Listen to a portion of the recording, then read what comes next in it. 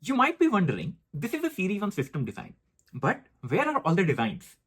And you are learning all of this theory. Is it even helpful?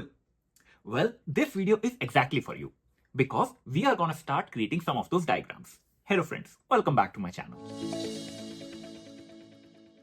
The reason we always start with theoretical concepts is that it helps you to build up a strong foundation. And once you have a strong foundation, you can build up anything on top of it. And you may not realize, but going through all of these theoretical concepts, you have already understood a lot. And before we move ahead, it is also essential right now that you start applying some of these concepts and you start to create some of those diagrams. That way, you will stay motivated and you will understand, okay, if I'm learning this new thing, where I can apply it. Coming back, what all do we already know? We have understood why system design is essential and where will you find it in an interview and along your career path. Then we started to understand what is scaling, and then we started discussing some of the fundamental concepts like what is a client server model, what is a load balancer, what are databases, what is caching, and some of its eviction methods.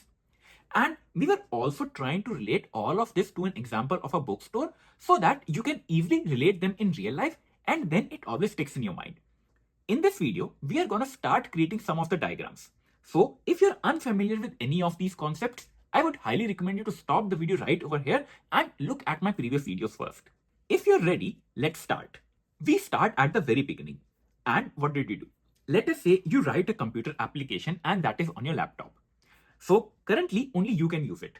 But you want that this application should be accessible to a lot of users, correct? So you cannot simply go to every laptop and install your application, right? That cannot be done. We implemented a client server model. And what happens in this is you will upload your computer application to some server over here. And then what you're going to do is all of your different clients, they will be connecting to your server. And then all of the clients can access your application. So you are solving all these problems one by one, correct? So it could be possible that one of your client is asking for to open a site and another client is making certain API call. That is how you make requests in a client server model. The next part comes when you want to store all of your information. You know that you have a lot of clients and they might want to come back to use your application. So that is where you need some kind of a storage.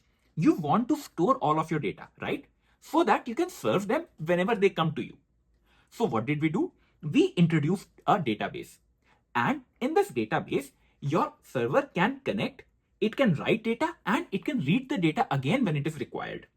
So this is how you add a database to your diagram. And what are we doing? We are writing data to my database, and when required, we are reading data from my database, correct?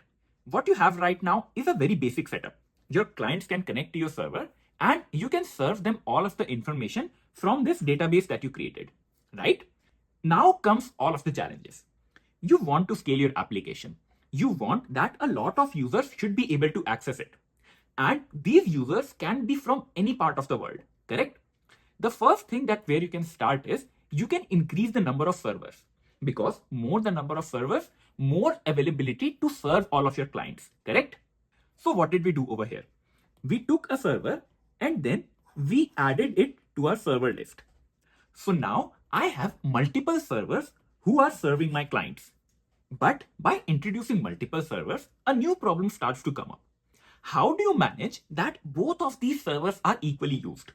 You do not want that, okay, one of the server is being hit constantly with requests, while the other server is sitting idly. To make sure that does not happen, what did we do? We introduced a load balancer somewhere in between, right? So once we have this load balancer in place, any of these requests that come to, they get distributed to my servers that are available. Just keep on noticing all of the steps that we are doing. First, we had a single client and now we have multiple clients to handle. First, we had a single server and now we have multiple servers. So we are addressing that issue with a load balancer. But if you see, I only have a single database and this can become your single point of failure. So whenever you are creating diagrams in system design, you need to address these problems on top of each other. And that will always make a good design. So we are going to follow this approach and we will try to look at this database section that we have. For a moment, just focus on this database section. Currently, you only have a single database and you're writing to it and you're also reading from it. What if this database goes down? Your entire service will go down, right? Because you cannot write and read data. What you can do is you can make this database as a master database. And along with it, you can also have a slave database. What this slave database is doing is it is acting as a backup for my primary database. So basically, what you can do is with a periodic schedule, you can replicate all of your data from the primary database to your slave database or the secondary database. It could be an hourly job, it could be a minute job, or it could also be a daily job. So you are always sure that whatever data I have over here, I will have a backup of all of this data in my secondary database as well. And you can have multiple slave databases. And when you add backup databases, you get other advantages as well. For example, right now, all of the read and write operations were on only a single database, right? So this can get slow and there can be performance issues as well. Try to think like this. Whenever your application is writing, you can write all of your data to your master database. And whenever you are just reading the data, you can make use of your slave database. So what does that do? You still have all of your data available and now your load is splitted between both the databases. So that will give you a performance improvement. So how does that change my design now? For all the write operations, I can put them onto my master database, correct? And for all the read operations, I can read from my slave database. So that makes things simple, right? Because even if this slave database goes down, then you can keep on reading from your master database. Your service does not go down. So that is one advantage that you get when you are deploying your code in multiple databases. Talking about performance, if you notice, we haven't discussed caching yet. You have to introduce caching also, right? I have my current design over here and I have to introduce a cache. And what will this cache do? Whenever your servers are looking for information, instead of directly going to your database, they can first query the cache. If it is available in the cache, return it quickly. And that speeds up your process, right? If you do not find it in the cache, you always have an option to look in your database. So what we do is we add a cache layer also to my design. For every query, we can now check the cache and return it quickly. And based upon the cache hit is to miss ratio, we can also update our cache. So this cache will now get updated periodically. So you see how we are adding components to our diagram one by one. And based upon the requirement, you should keep on adding all of these components. For example, try to think like this. Right now, I have a persistent storage. I know all of the data that I want to store with me. And certainly, you can have some shareable data as well. For example, you log into your account and you want your session saved. Now, this session information, it is not something persistent and you do not want to save it in your database. That is where the NoSQL databases come in very, very handy. So just like we talked about our NoSQL databases, we can introduce one such example in our current design. So what will happen is, along with all of my persistent data storage, I can store some of this information in my shared storage as well. Why do I call it a shared storage? You will understand it in just a while. Your current design looks something like this. And this design should always be expanding. You always want to create it in such a way such that you can scale to more and more users. So right now, if you think, with a load balancer, we are distributing our request to two different servers, correct? What you can also do is, you can have a load balancer at a data center level. And it means that you can assume this entire block, this exists in one data center.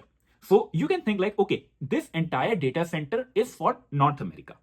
What you can do is you can create a very similar block, and this entire block could be in some different data center. This could be a data center of Asia. So that is why you need some kind of shared storage space to manage both the data centers. It can be as simple as looking at Instagram comments, right? you can access those comments from different regions of the world. So this shared storage is very, very helpful. So basically, when my design is evolving, it will start to look something like this. And notice that with such a design, you can scale to a lot of users. And when you're defining data centers, it also helps you with high availability. It simply means that you have to prepare for the worst scenario. And in a worst scenario, the entire data center can go down. So what do? You can redirect all of your traffic to the other data center. It is still better to have a slow service available rather than having no service available at all. And once again, in such a scenario, shared storage is very, very helpful. Think about this. You were trying to log into some website, right? Now your session is saved in this storage. If a data center goes down, you can be routed to the different data center. And then these servers, they can get all of the data required from this shared storage. So that is why you need to account for all of these scenarios. You need to start thinking, okay, what can go wrong over here? What can go wrong over here? And how can I improve it? So you see how we started off with an application deployed only to a local laptop. And now it is expanded so much. This is what is called system design. And these are the diagrams that are expected when you appear in an interview. Also notice that it is not necessary that you create all of these diagrams in such a detail. For example, this particular diagram can be simplified to something like this. And this kind of covers everything. When you say client, it simply means that all the clients. And then you are looking at a load balancer, and this load balancer is targeting you to a data center. When you talk about data center, it is implied that there can be multiple data centers. Sure, you can talk about it if your interviewer is asking on it. And in a single data center, how do you expand? You say that, okay, in my data center, I will have a server that will have a database and that will have a cache. And then you are having the shared storage. So basically, this huge diagram can simplify to this.